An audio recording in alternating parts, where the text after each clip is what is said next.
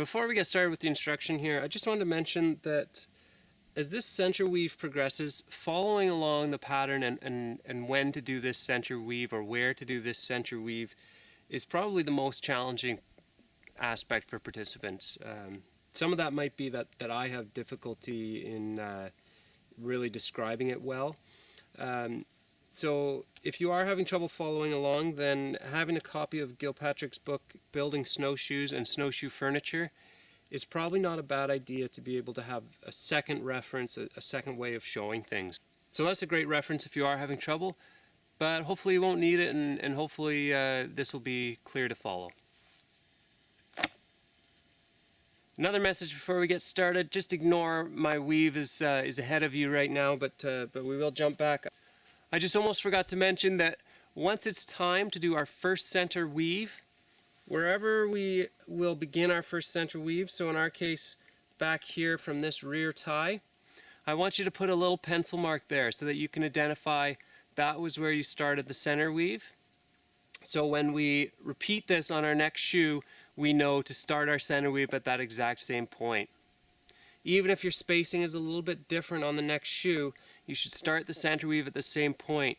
That center weave determines how many passes around the shoe you have to do to complete your pattern. Okay, we're back here. We're ready to start our fourth round of the pattern. But now, because our little triangle is filled in, it's time to start our first center weave. So things can start to get confusing here again, just as things were starting to get really comfortable before.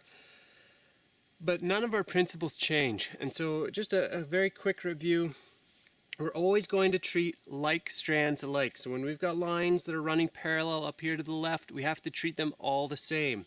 Likewise, all the horizontals have to be treated the same. So we can see we have a group here of up lefts. They're all the same. And they're not intermingling with any horizontals until we get up here close to the center, and that's when we're starting to have lines that are crisscrossed, just like we've been dealing with up in the corners here. So if we went over all 1, 2, 3, 4, 5, 6 of these up lefts all at once, we won't do any weaving. And I've said it's time to start our first center weave. So what we'll do, instead of going over all 6, we'll go over 5 of them. 1, 2, 3, 4, 5. And then we need to go under a line so that we have some weaving. A lot of people get caught up and they want to go under this first line they encounter here, but it's an up left. It has to be treated the exact same as these other ones. So we need to look for a different type of strand, even if it doesn't look like it's right in line with where our line is going. So we're going to find this horizontal right here. So we'll go over 5 up lefts. We'll go under a horizontal.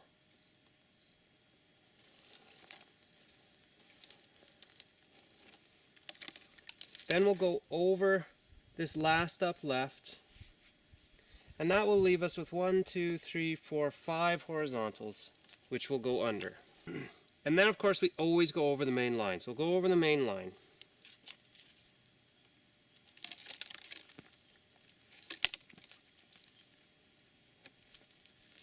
So just for a quick review of what we did there, we went over 5 up lefts, we went under a horizontal, we went over that final up left, and then we finished off by going under 5 horizontals. So we didn't break that rule. We always treated like strands alike. We just changed the order in which we encountered them a little bit. So we only did one weave in the center. This weave is going to start expanding outwards. So next time we go across the center, we'll have 2 weaves in the middle, and then 3, and so on, until eventually the weaves will make it all the way out here to the corners, and then we'll be done. So I've started my front tie here. I've gone over the main line. I'll come up over the front crossbar, under the main line, over the crossbar. And then again, I don't want to pull too tight, don't want to deflect this line. And then I'll get a clamp on. Now we have a little change here as well. I've reached my primary tick in the middle. Now if you recall when we did the layout lines, I had actually laid out 4 intermediate ticks plus the primary. But then I decided that really wasn't fitting with the weave. Remember, these were were just guidelines for me to help me keep that 1-inch spacing. But I didn't feel like I was going to fit 4 front ties here plus a main tie. So I've just gone with the 3. So I'm at this primary tick. So now it's time to make this a main front tie. So that's the one that's going to be right next to my toe. The only difference here, leave my clamp on, I'm not sure why I removed it. The only difference is we're not going to do any wrapping. So after the second time going over the front crossbar, I'll just go straight back down here to the main line, go under the main line, and then finish with 1 wrap of the main line. And that's it, a main tie. Now this main tie, it'll get wrapped up later when we, with a separate strand of fishing line when we're done. All the weave will come back and wrap that up. So for now, we just leave it as is. So that was step 1, a front tie right. Now we're heading down to Lark's Head right. And of course, this is going to be an immediate weave, so we'll weave the whole way. We go over this little guy just as part of finishing our front tie. And then the first line we encounter is this horizontal. We'll go over it, under a diagonal, over a horizontal, under a diagonal, over a horizontal, under a diagonal. Remember, you should be repeating these as well, otherwise it's very easy to go over or under the wrong lines. Keep going over horizontal, under a diagonal, and do that all the way down till you get back to the side of the frame.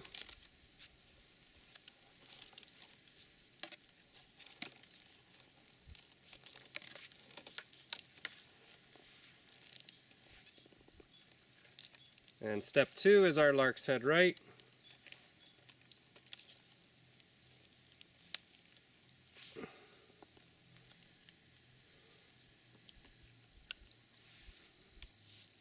Step 2 is our Lark's Head right. Now we'll come across to step 3, Lark's Head left.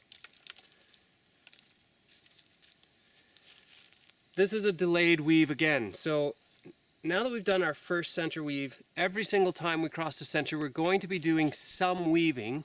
The trick is determining just how much we're going to do. I like to use this previous line as my reference. Look at that previous line, and where it started its first center weave, you want to start weaving 1 before that. So you can see if I went over 1, 2, 3, 4, 5, 6 lines and started weaving, I'd be weaving at the exact same spot as this previous line. They would just end up sitting right beside each other.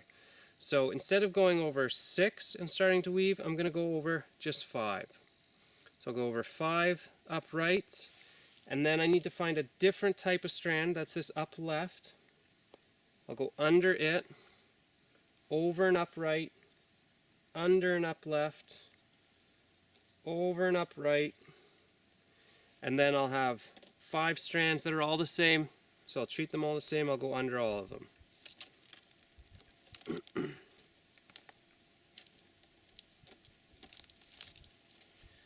So I went over 5, 2 weaves here in the middle. That weave is starting to expand, and then under 5. That brings me over here to my Lark's Head left.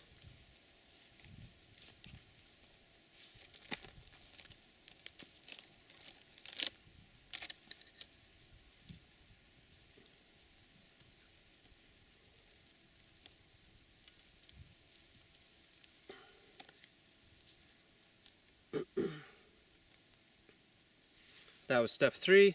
Step 4 is up for my front tie left, and immediate weave. So people tend to find these immediate weaves easier to comprehend. We're just going to weave the whole time. The first thing we encounter is an up left. We'll go over it, under a horizontal, over and up left, under a horizontal, over and up left, under a horizontal. Pull that through before we get too far.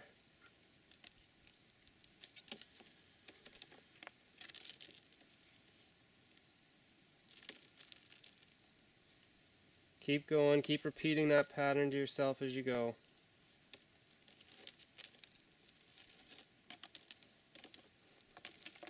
Pull it nice and tight.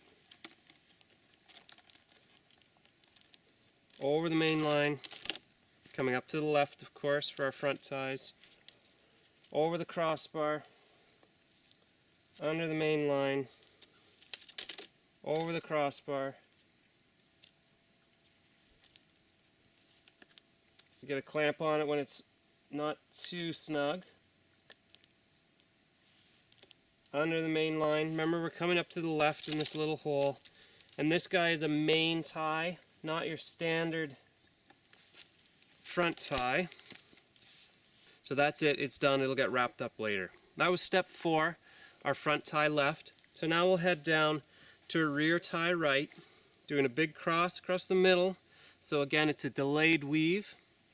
Again, we'll look at the previous strand and we'll back up one position from there so that we're starting the weave just one line before this previous one started weaving. In my case here, it'll be 1, 2, 3, 4 horizontals that I'll go over, and then I'll go under and upright, over a horizontal, under and upright, over a horizontal, under and upright, over my last horizontal, and then finish with 4 uprights that I'll go under. That brings me down here to my rear crossbar. Go over the crossbar, come up to the left, pull that nice and tight, clamp,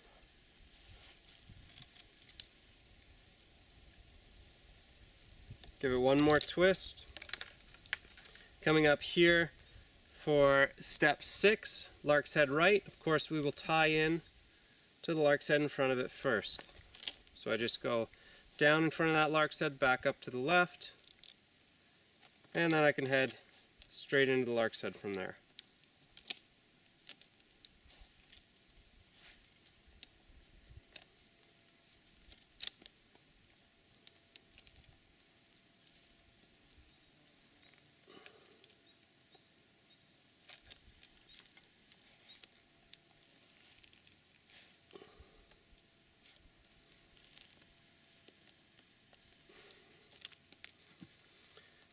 It's a delayed weave across the center here. We'll back up 1 from the previous strand.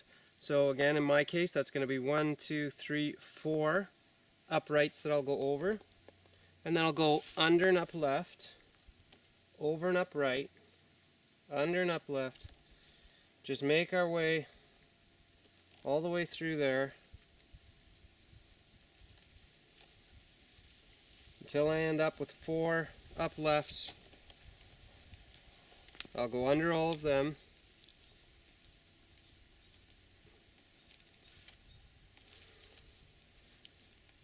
And this will be time for me to crimp on another piece.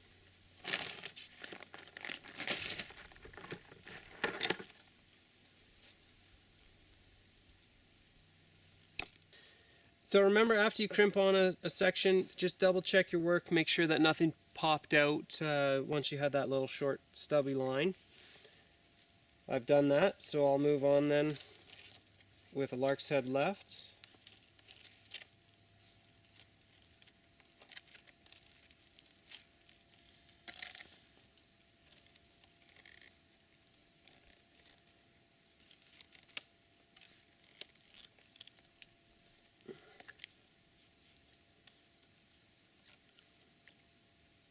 And I finish off step 7, the lark's head left, by then tying it to the lark's head in front of it. And then I can go back here to step 8, rear tie left, over the rear crossbar, coming back up here to the left, pull tight,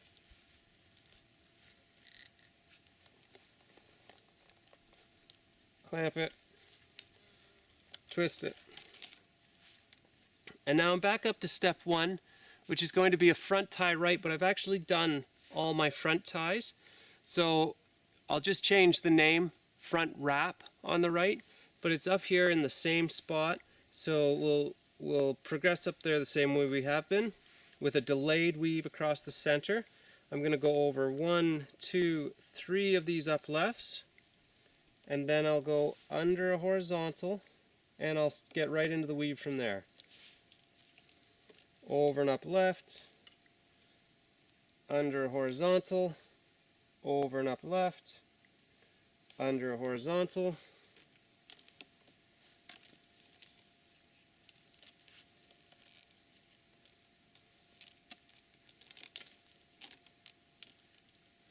over and up left, under a horizontal, and so on,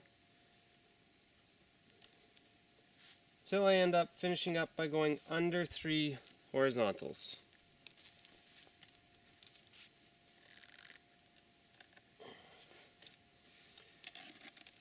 Things get really easy up at the front here now.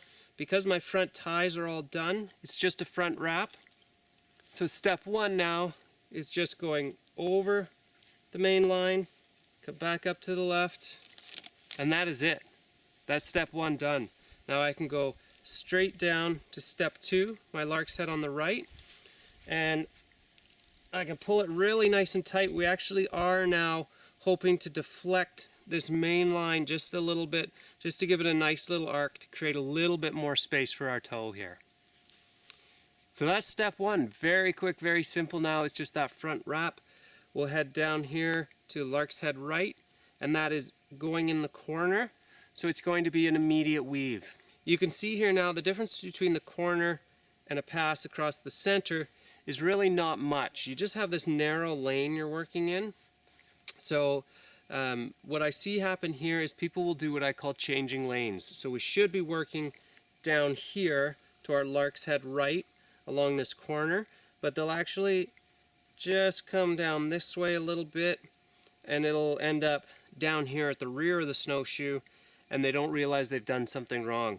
Now you'll have one strand that's not running parallel to any of the other strands, and that's going to give you issues. So you have to make sure you're following along with that pattern and keeping track of where you are in the steps. So we're going over here to a lark's head right, which is an immediate weave. So I'm going to go over the horizontal, under the diagonal, over the horizontal, under the diagonal, over the horizontal.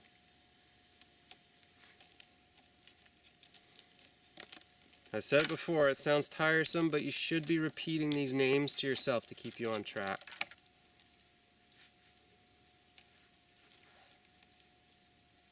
Even if only in your head, lest your family think you're crazy.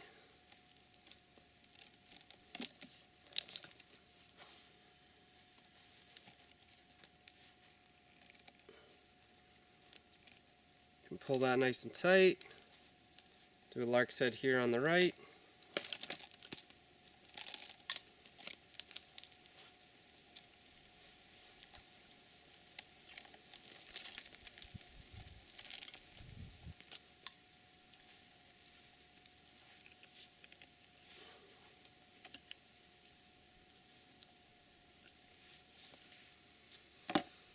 Coming across for step 3, lark's head on the left.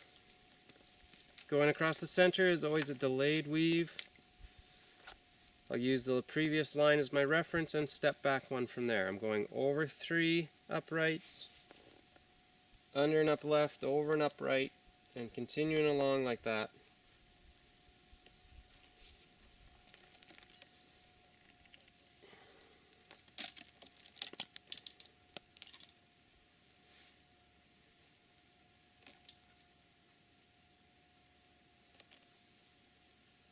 Over the uprights, under the up lefts.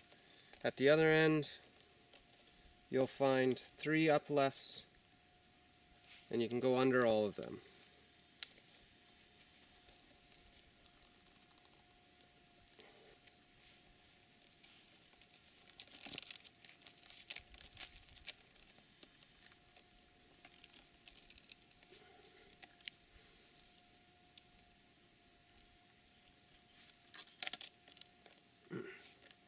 Step 3, lark's head here on the left, and then I'll be back up for step 4, which has changed from a front tie left to just simply a front wrap on the left. And that, of course, will be an immediate weave here in the corner. And so we want to stay here along the left side. This is where I talked about we're working in a very narrow lane now. It'd be easy to swing over here to the right side and cut off any future lines coming through this lane. So we'll immediate weave, stay nice and tight here to the left. That's going to take me over the diagonal, under the horizontal, over the diagonal, under the horizontal.